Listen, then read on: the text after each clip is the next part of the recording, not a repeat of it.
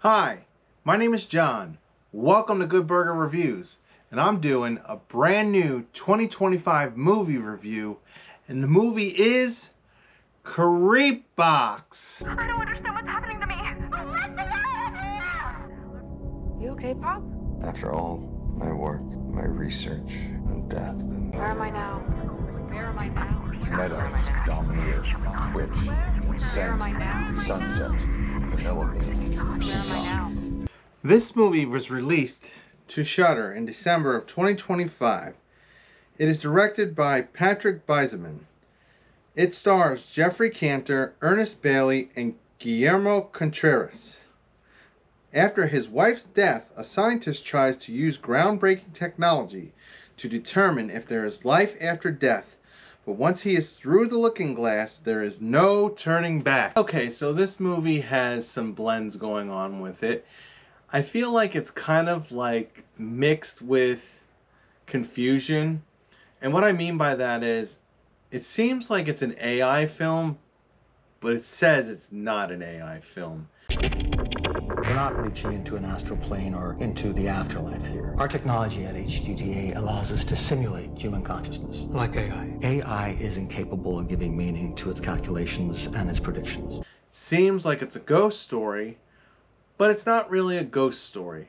It's kind of more of a mad scientist movie with, well, the themes that we learn in Jurassic Park and movies like Bring Her Back or Surrender, where people are trying to bring back dead people. I also think of Practical Magic. So Jeffrey Cantor plays like this scientist doctor guy, Dr. Call or Cowell, and he's a grieving character. He's lost his wife. He seems very distant and he's kind of very somber and kind of very flat. Now, I'm not saying I feel like maybe it's a combination of the character being a little flat, but the acting being a little flat as well. He just has no oomph in him, and I get it because he's grieving, and it's just the way his characteristics are as well. It seems like the character is like one of those very sharp, older, very firm in certain things, just being stiff around the edges. My work, my research on death and dying. After everything I've learned, I'm just more convinced that there's just nothing at all. Maybe there shouldn't be. Now there's this whole thing where he's working on this project. It's called Creepbox, right? So there's a box, and as soon as I saw there was a box, I thought of the movie Vicious, where the girl had to put the 3 things in the box and everything went crazy. But this box is completely different. This is more a technological savvy AI, but not an AI box. So what does the box do? The box assimilates the consciousness of dead people. And it's What's happening to me? when you talk to the person through this creep box, it really feels like you're talking to the actual person, and it seems like it kind of crosses over into this thing where they managed to get the actual person into this box based on the way the people in the box are reacting. I don't understand what's happening to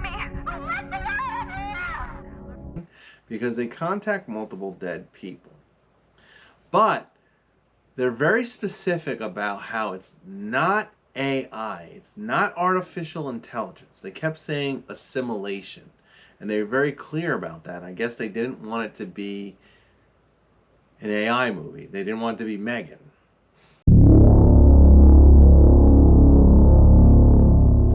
Now, Dr. Call, if you think about some of the movies I've mentioned, like Practical Magic, Bring Her Back, and The Surrender, all those movies have main characters who've lost someone who attempt to bring them back. Now, in Practical Magic, it's more of a comedy, romance.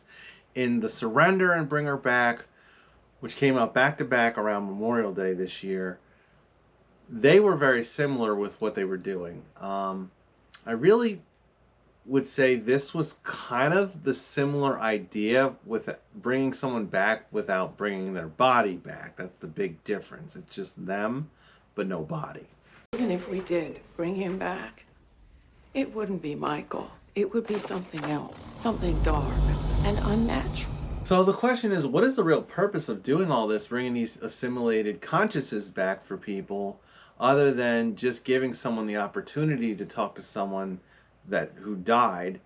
And I can see why some people would maybe want to do that. You know, the idea of after you've lost someone, talking, hearing their voice again.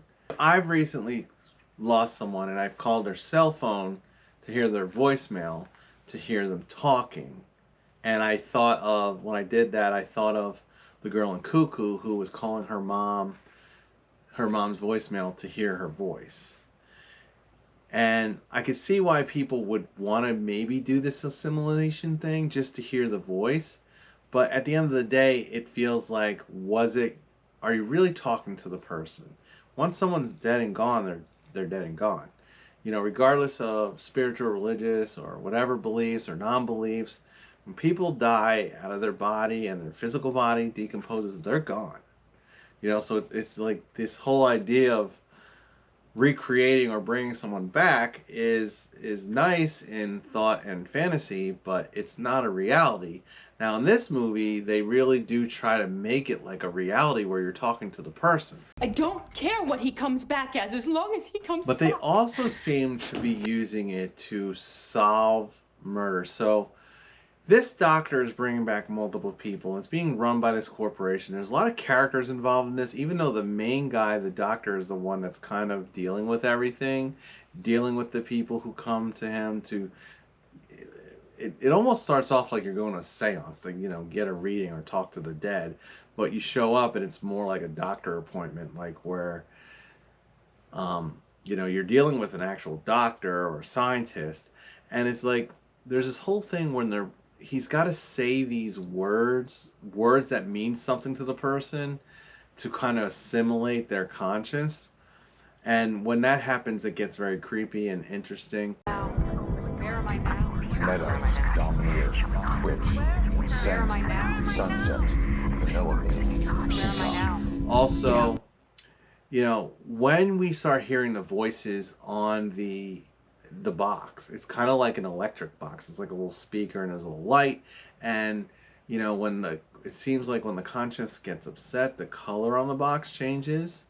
And then there's multiple voices on the box. It seems like there are the main conscious is talking, but then there's other voices kind of popping in and out, which gives it a neat, spooky feeling, but it also can lead it to be confusing during some of the scenes when we're trying to figure out what is the conscious saying to the living characters, especially since one of the people they're talking to is a young boy, and I think they're trying to solve a case.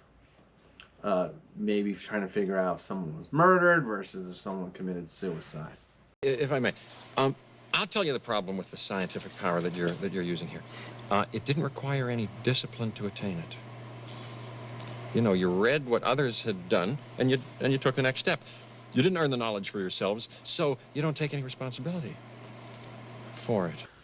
And as this movie progressed more and more, I started getting my Jurassic Park vibe, and I thought of my main man, Jeff Goldblum, Dr. Ian Malcolm from Jurassic Park, who says, just because you can do it doesn't mean you should. You know, did you think about the real consequences of creating technology or creating something like in Jurassic Park, they created dinosaurs and then it gets out of hand. Well, it's kind of the same thing. They create this box. It's a technology that brings back consciousnesses of dead people, but then it starts to get out of hand. And it's like, you know, you did it because you could, but should they have delved into people's consciousness like this? I don't think you're giving us our due credit. Our scientists have done things which nobody's ever done before. Yeah, but your scientists were so preoccupied with whether or not they could, they didn't stop to think if they should. Now, overall, the movie is intriguing. You know, it keeps you guessing a little bit. You know, there's a little mystery with all these corporate guys kind of like sticking their hand in this. And then also the doctor has a daughter who keeps calling him and she's ignoring him. And she shows up and she's talking to him, you know, questioning about their mother. And I would say she's really concerned for her father. You know, they're coming up on the year anniversary of the death of her mom, his wife. and he's starting to get desperate. And it's like this whole thing with the creep box, it's just getting out of control, and he's doing it's like they're about to sell this technology, and it means that he's going to kind of lose control of it, and he doesn't want to lose the control of the technology, and he starts battling with his boss. Technological singularity, and Ellis is treating it like some sort of pocket game. You cannot do this. The ethical implications of this. Ethical implications? Yes. I have to tell Ellis. I have to get out of this before we lose everything. Ellis will shut me down. Yes, Colin. He will make an example of you.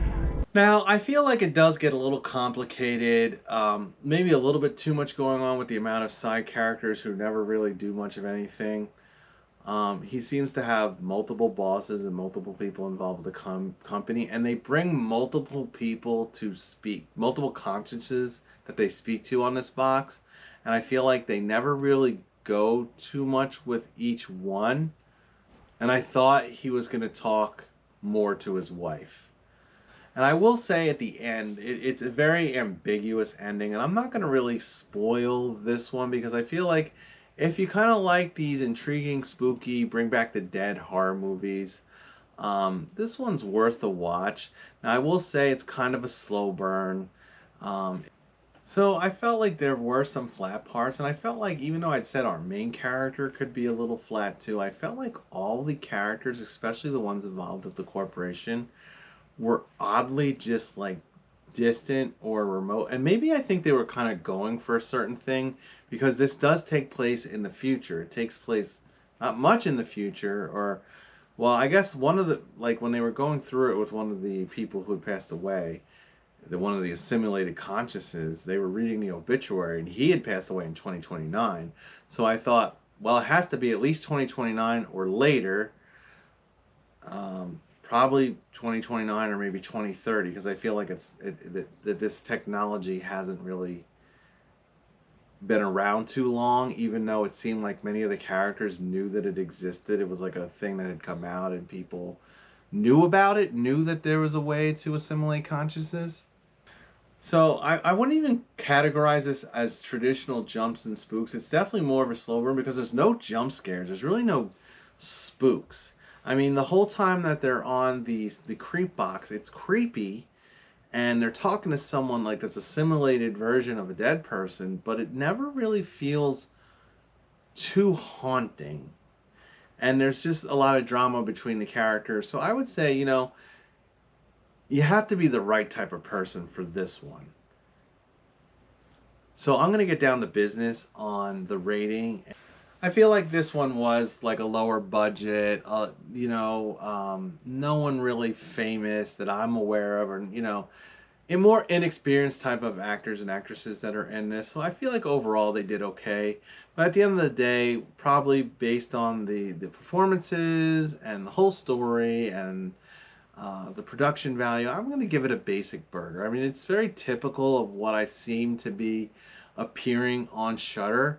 And I will say it does have a very somber mood to it. There's never any lightness to it, any comedy. So that, to me, that can be sometimes when the characters are kind of up and down, and then a little comedy can come in, or a little something funny, or a little, maybe more like a little life into some of the in between these like somber, dire scenes, and even between the scary and spooky scenes.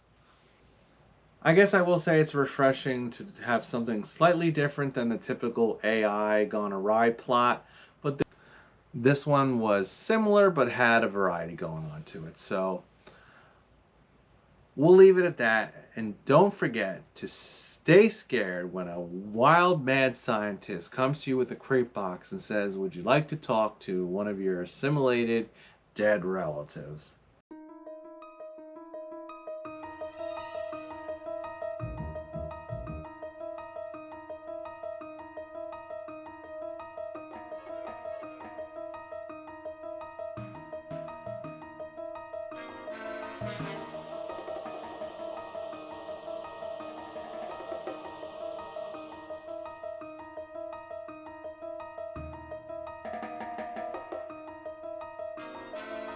Everything